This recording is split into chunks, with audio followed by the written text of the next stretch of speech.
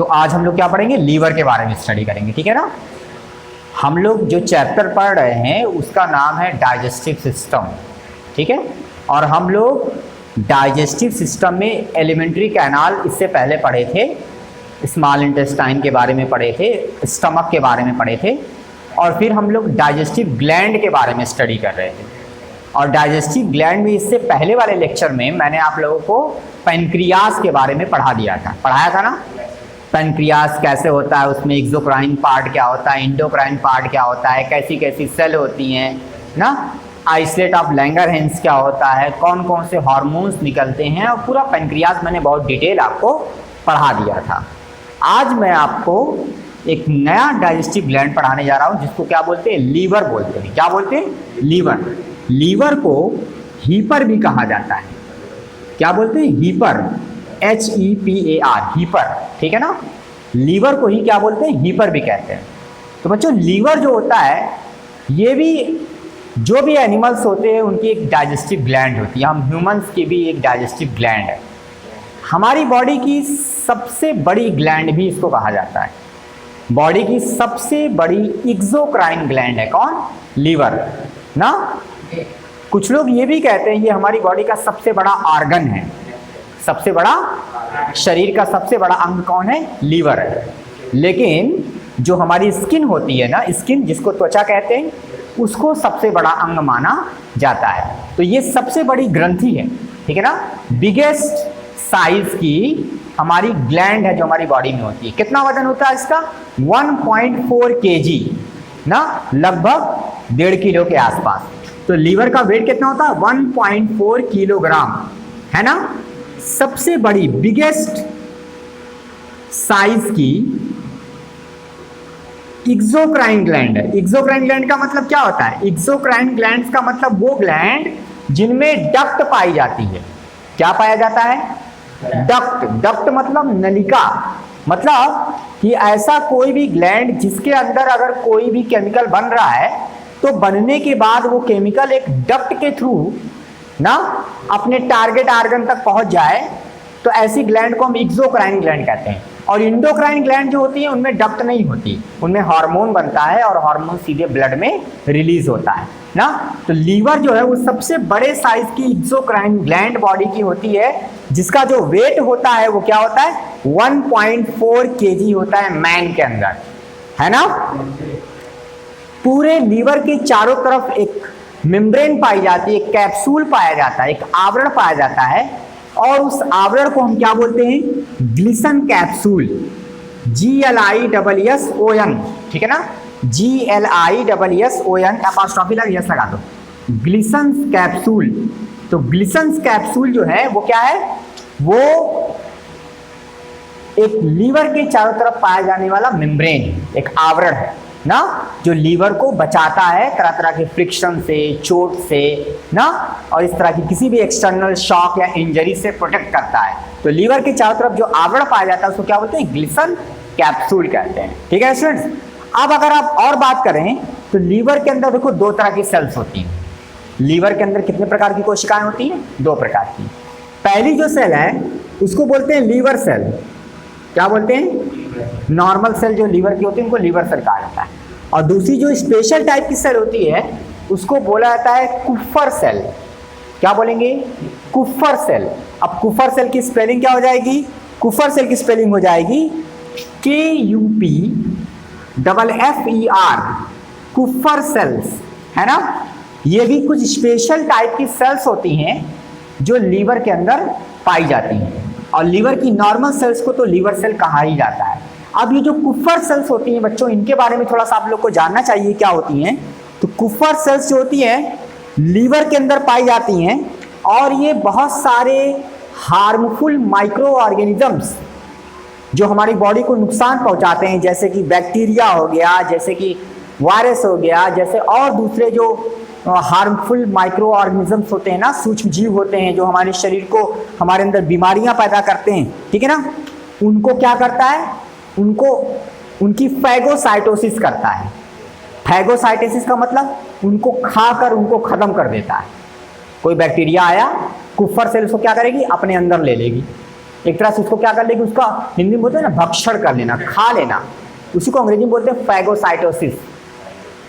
खा लेना मतलब फैगोसाइटोसिस, पी लेना मतलब पिनेकोसाइटोसिस या पिनोसाइटोसिस ना, पीना मतलब पिनोसाइटोसिस, खा लेना मतलब फैगोसाइटोसिस।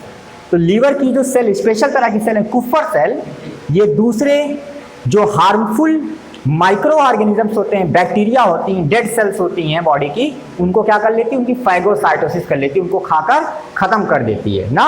एक तरह से ये अच्छा काम करती है, हमारी इम्यूनिटी, हमारी बॉडी के इम्यून सिस्टम से जुड़ी हुई है, प्रतिरक्षा तंत्र से जुड़ी हुई सेल है ना। अब बच्चों अगर आगे बात करें तो बहुत इंपॉर्टेंट चीज, लीवर के अंदर एक तरह का डाइजेस्टिव जूस बनता है जिसको बोलते हैं बाइल जूस। क्या बोलते हैं, बाइल जूस। बाइल जूस को हिंदी में बोला जाता है पित्त रस, बाइल जूस। बाइल जूस कहाँ बनता है, लीवर के अंदर, लीवर की सेल बनाती है ना। हमारी ब्लड में जो आरबीसी होती है, क्या आरबीसी, रेड ब्लड सेल ना, जिनमें हीमोग्लोबिन पाया जाता है, जो ऑक्सीजन को कैरी करती है ना, ऑक्सीजन को लेके जाती है सेल तक ना। आरबीसी, इसको हिंदी में लाल रुधिर कणिका कहा जाता है। वो जो सेल होती है जब वो डेड हो जाती हैं, उनका एक बोलते हैं ना लाइफ स्पैन होता है, जीवन काल होता है लगभग 100 से 120 दिन। उसके बाद आरबीसी क्या हो जाएंगी, खत्म हो जाएंगी, डेड हो जाएंगी। तो जब उनकी डेथ हो जाएगी, जब वो बेकार हो जाएंगी, तो उन आरबीसी को लीवर की जो सेल्स होती हैं वो खून में से क्या कर लेती, निकाल लेती हैं। समझ रहे हो ना।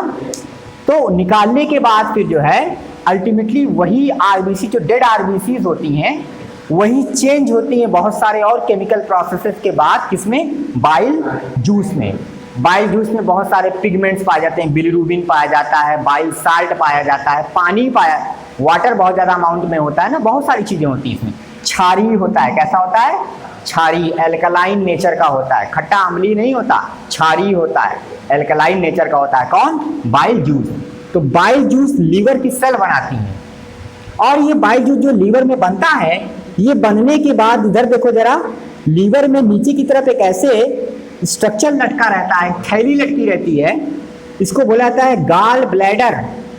क्या बोलते हैं, गॉल ब्लैडर, हिंदी में बोलते हैं पित्ताशय, गॉल ब्लैडर। तो लीवर में जो बना हुआ बाइल जूस होता है, वो बनने के बाद इसी गॉल ब्लैडर में आकर स्टोर होता है, संचित होता है।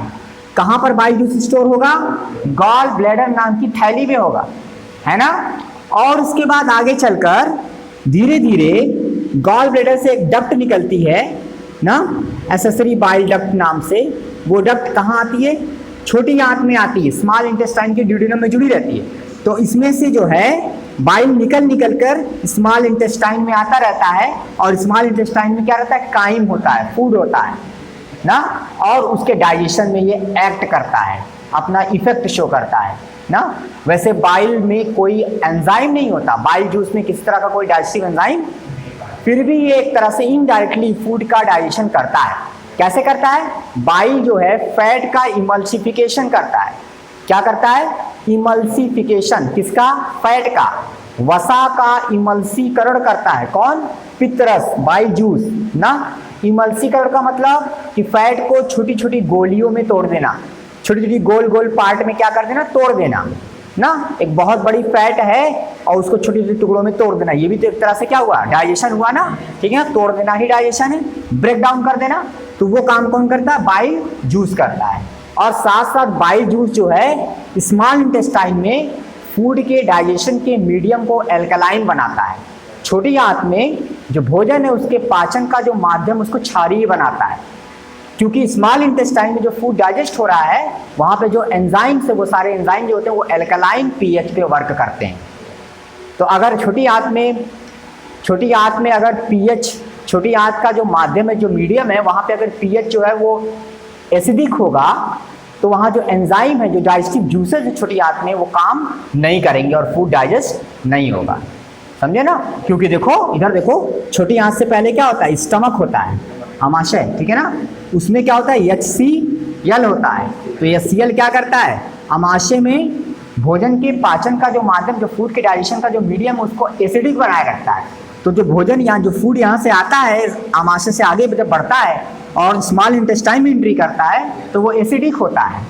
कैसा होता है वो फूड, लेकिन यहाँ पर जैसी छोटी आंत में एंट्री करता है स्मॉल इंटेस्टाइन में, तो यहाँ पर बाइल जूस आता है। तो बाइल जूस उस फूड की अम्लीयता को समाप्त कर देता है और उसको क्षारीय बना देता है, उसकी एसिडिटी को खत्म करके, न्यूट्रल करके उसको कैसा बना देगा, फूड को एल्कलाइन, क्षारीय बना देगा। क्यों? क्योंकि अब छोटी आंत में जो डाइजेस्टिव जूसेस है, इंटेस्टाइनल जूस, पैनक्रियाटिक जूस, ये सारे जो जूस हैं वो तभी काम करेंगे भोजन के ऊपर जब वहाँ पे माध्यम छोटी आंत में कैसा होगा, एल्कलाइन होगा, पीएच मान 7 से ज़्यादा होगा।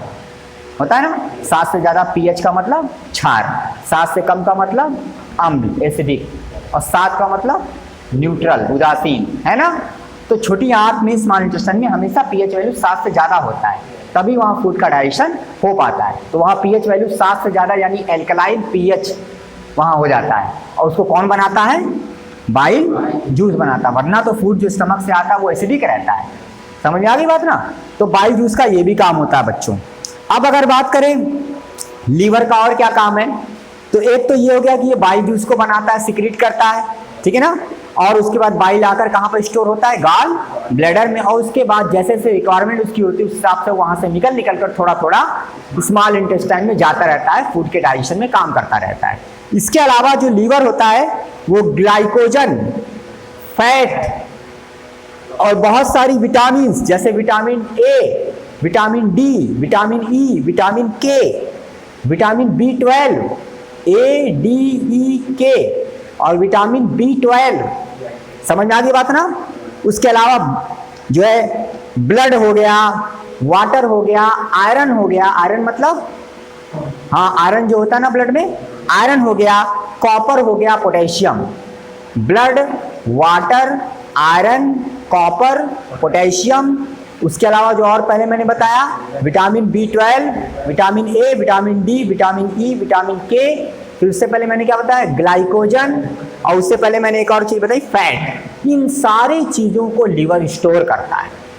ये सारी चीजें लीवर में ही जाकर संचित होती हैं। लीवर किन किन चीजों को स्टोर करता है, फंक्शन ऑफ लीवर क्या क्या हो जाएगा, it store glycogen, it store fat, it store many fat soluble vitamins like vitamin A, vitamin D, vitamin E, vitamin K, vitamin B12, ठीक है ना। It also store blood, liver store water, ठीक है ना, liver store iron, copper, potassium. ये सारे जो तत्व हैं ना, पोषक पदार्थ है, ये सब लीवर के अंदर आकर क्या होते हैं, स्टोर होते हैं, संचित करते हैं। लीवर इसलिए बहुत इंपॉर्टेंट रोल अदा करता है बॉडी के अंदर, ठीक है ना। जो हम ह्यूमंस का लीवर होता है उसमें 4 लोब्स होते हैं। कितने कितने भाग होते हैं, 4 पिंडों में, 4 पार्ट में लीवर क्या होता है, बटा होता है, ठीक है ना। तो लीवर ऑफ मैन जो होता है वो 4 लोब में बटा होता है। एक बहुत इंपॉर्टेंट चीज बताता हूँ, लीवर के अंदर एक प्रोटीन बनती है, उसको बोला जाता है हिपैरिन। क्या बोलते हैं, लीवर के अंदर एक प्रोटीन बनती है बच्चों, उसको बोलते हैं हिपैरिन। क्यों भैया इसका नाम हिपैरिन रखा गया, क्योंकि लीवर का ही एक दूसरा नाम क्या है, हीपर, तो हीपर से हिपैरिन, ठीक है ना। ये बेटा है ना जो, ये क्या है जानते हो, ये एंटीकोगुलेंट है। ये हिपैरिन प्रोटीन क्या है, एंटीकोगुलेंट। एंटीकोगुलेंट का मतलब जो खून को जमने न दे, जो हमारे ब्लड को जमने न दे, जो हमारे ब्लड की क्लॉटिंग को रोके, जो हमारे खून का थक्का न बनने दे, जो हमारे खून को हमेशा तरल अवस्था में बनाए रखे, उसको बोलते हैं एंटीकोगुलेंट। एंटी मतलब विपरीत, कोगुलेंट मतलब जमाना, मतलब किसी चीज को जमने से रोकने वाला। कौन होता है, क्या नाम है इस प्रोटीन का, हिपैरिन। ये प्रोटीन कहाँ बनती है, लीवर में, और जाकर ब्लड में रहती है। इसीलिए बॉडी के अंदर, शरीर के अंदर ब्लड कभी जमता नहीं, क्योंकि ये हिपैरिन प्रोटीन एक्टिव रहती है और ये ब्लड को जमने नहीं। लेकिन जैसे ही एक्सीडेंट होता है, जैसे ही चोट लगती है, जैसे ही कोई घाव होता है, कटता है और बॉडी से ब्लड बाहर निकलता है, तो हिपैरिन प्रोटीन इनएक्टिव हो जाती है और कुछ दूसरी प्रोटीन्स होती हैं, फाइब्रिनोजेन होती है, ठीक है ना, और भी बहुत सारे फैक्टर्स होते हैं, प्रोटीन्स होती हैं, वो सब एक्टिव हो जाती हैं और खून जमना चालू हो जाता है, ठीक है ना। वो प्रोटीन इस प्रोटीन को पहले क्या करती है, डीएक्टिवेट कर देती है, ताकि ये काम ना करे, वरना खून जमेगा नहीं। लेकिन बॉडी से बाहर जब खून निकलेगा तो उसको जमना चाहिए, वरना नहीं जमेगा तो लगातार बहता रहेगा, तो बॉडी से सारा खून निकल कर चला जाएगा, बह जाएगा और इंसान की मौत हो जाएगी ना। इसलिए जब तक शरीर के अंदर, बॉडी के अंदर ब्लड है, तब तक तो उसको नहीं जमना चाहिए।